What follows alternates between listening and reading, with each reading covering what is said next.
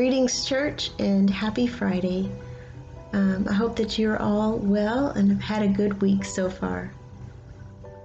I've noticed that when September 11th comes up in discussion, and every year on this anniversary, people need to share where they were when the towers fell. They need to. That day left a mark on all of us. I think it changed our DNA. I myself was at work, and the whole morning was just so confusing. It was surreal, and it didn't feel real for me until the Pentagon was attacked. And then my world stopped. It all felt too real. I knew that there was a possibility my mom was there. Some days, most days, she was living in Ohio. Other times, she would travel to DC and be at the Pentagon working. And that day, I couldn't get a hold of her. When I heard that the Pentagon had been attacked, I tried to call, but all the phone lines were down. I was scared. I was 25 and newly married, and I needed my mom. It took over 2 hours. I want to say it was a lot longer than that, but I know that it took over 2 hours to know that she was safe. For those 2 hours, I grieved for my mom. Those days are haunting when I think about them. The not knowing if she was okay, and then the relief when I did hear her voice.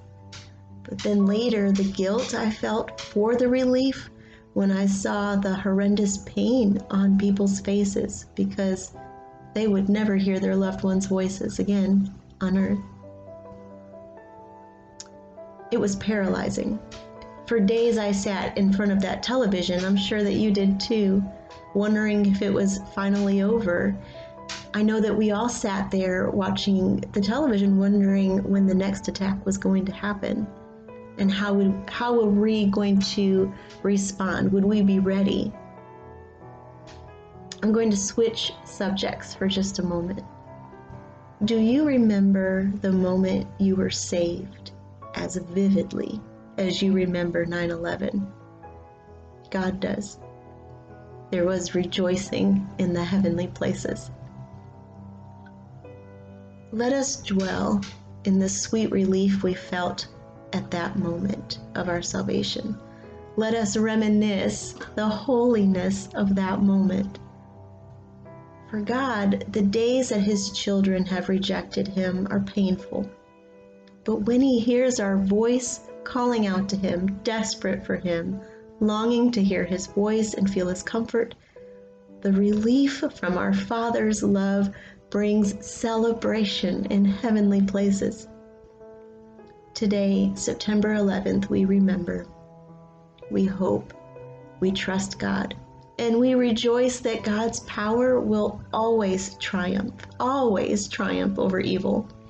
God's love will always be stronger than any hate. So much has happened between then and now, but we know that God was in control long before evil was born. God is always in power and always will be. He knows our needs today, and He knows that what we're going to need September 11th, the year 2030. There is joy in heaven because of our salvation. When we were still a far way off, our Father ran out to meet us and cover us.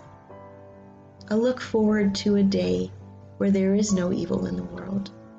But where my heart is today already, there is no evil. Where my forever home is, in the heavenly places, this celebration is still going on. Psalm 71, 14 through 16 says, I will never give up hope or stop praising you.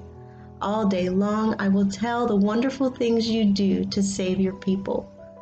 But you have done much more than I could possibly know. I will praise you, Lord God, for your mighty deeds and for your power to save. I love you, church, and I look forward to worshiping with you this Sunday.